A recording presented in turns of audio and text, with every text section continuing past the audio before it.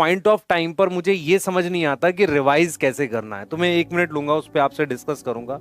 मान लो आज आपका मन करा है सेल रिवाइज करने का, तो सेल चैप्टर कैसे रिवाइज किया जाए। सबसे पहला तरीका, सबसे पहले क्या करो, अपने नोट्स लेकर बैठो, और आपके पास नोट्स, मान लो आपने पेन से लिखे हैं तो आपके पास कोई कलर पेंसिल होनी चाहिए, ठीक है, कोई कलर पेंसिल हो या नॉर्मल पेंसिल हो, उस पेंसिल को लेकर बैठा करो। अब क्या करोगे, उसके साथ आप एक रफ कॉपी अपने पास रखो, ठीक है। अब आप क्या कर रहे हो, नोट्स को धीरे धीरे रीड करते हुए आगे बढ़ रहे हो, मतलब आपने एक रीडिंग कर ली एक पेज की, ठीक है, समझ आ गया, फिर दूसरे पेज की एक रीडिंग कर ली, ऐसे आपने 5 पेज पढ़ लिए। 5-6 पेज में आपके 1-2 टॉपिक कंप्लीट हो गए, ठीक है। अब आपने क्या किया, उस 5-7 पेजों को दोबारा रीड किया, ठीक है, और कोशिश की याद करने की, सही है। अब क्या किया आपने, जो उस 5-7 पेजेस में जो इंपॉर्टेंट डाटा था उसको पेंसिल से ऐसे मार्क कर लिया, है ना, पेंसिल से मार्क कर लिया, जो डाटा टाइप की चीजें थी, क्योंकि समझ आने वाली चीजें 2-3 रीडिंग से 4 रीडिंग से समझ आ जाती है, लेकिन याद करने वाली जो चीजें थी उसको ऐसे मार्क किया, पेंसिल से मार्क किया अपने नोट्स में, और अपने रफ रजिस्टर में उसे लिख दिया, मतलब आंख बंद करके, मतलब ऐसे लिख दिया कि हाँ हमें याद हो गया। ऐसे ही करते करते आप पूरा ही चैप्टर आगे चले जाओ। जब आप पूरा चैप्टर ऐसे करके खत्म करोगे तो पूरे ही चैप्टर को रफ में जो मेन डाटा था वो आपने एक बार लिख दिया, ठीक है। तो आपने सबसे पहले क्या किया, अपने नोट्स याद कर लिए। अब आप क्या करा आपने, आप बैठे एनसीईआरटी लेके। इस नोट्स को याद करने में कितना समय लगना चाहिए, 3 से 4 घंटे लग जाएंगे एक चैप्टर को करने में। अगर उसके नोट्स लगभग 40-50 पेज के हैं, 40 पेज के हैं, तो इतना टाइम लग जाएगा। अब आपने क्या किया, 40-50 पेज में तो लग जाएगा इतना टाइम।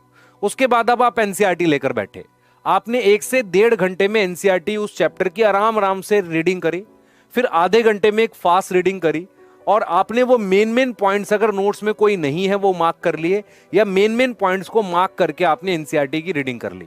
फिर आपने क्या किया, ऐसी रीडिंग आपने 1-2 तक यहां तक कर ली, क्लियर है।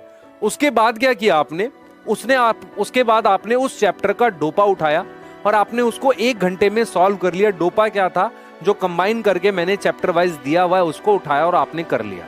तो 4 घंटे में आपने नोट्स रिवाइज करे, आपने 2 घंटे में एनसीईआरटी पढ़ी और 1 घंटे में डोपा। इससे ज्यादा समय नहीं देना भाई। पूरे कितने क्वेश्चन होंगे, मान लो 100 क्वेश्चन होंगे, वो सॉल्व कर लिया।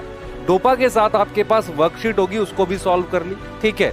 इतना करने में आपके 7 से 8 घंटे लग जाएंगे, क्लियर है। इतना करने में आपके लगभग 7 घंटे के आसपास टाइम लग जाएगा। पर ये जो रिवीजन होगी ये आपकी फर्स्ट टाइम रिवीजन होगी।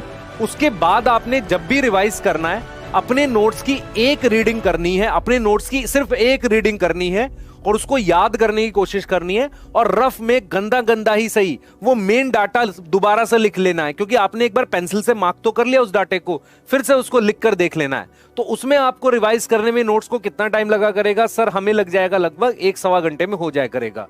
पहली बार में टाइम ज्यादा लगेगा, लेकिन दूसरी, तीसरी, चौथी बार में टाइम कम लगेगा। एनसीईआरटी क्या पढ़नी है क्या बेटा, दूसरी बार में भी एनसीईआरटी आधे घंटे रीड कर सकते हो, देख सकते हो। उसके बाद आपको जब बार बार करोगे, एनसीईआरटी की भी लाइनें अपने नोट्स में कहीं लास्ट में जाकर लिख लेना, जो लाइनें आपके नोट्स में ना हो। उसके बाद आप क्या कर सकते हो, उसको एक सिर्फ नोट्स रिवाइज करा करोगे आप, 1-1.5 घंटे में नोट्स रिवाइज हो जाया करेंगे। क्लियर है ये?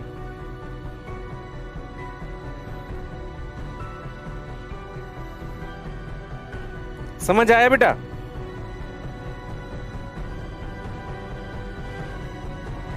बोलो। अब यहां पर एक बच्चा पूछता है कि सर नोट्स कौन से यूज करने हैं, मेन नोट्स यूज करने हैं कि शॉर्ट नोट यूज करने हैं। ध्यान से सुने बेटा, यहां पर आपका सवाल आएगा कि सर नोट्स कौन से यूज करने हैं, मेन नोट्स यूज करने हैं कि आपके शॉर्ट नोट्स यूज करने हैं। मेरा ये मानना है कि आपके जो मेन नोट्स आपने बनाए थे उन्हें यूज करो।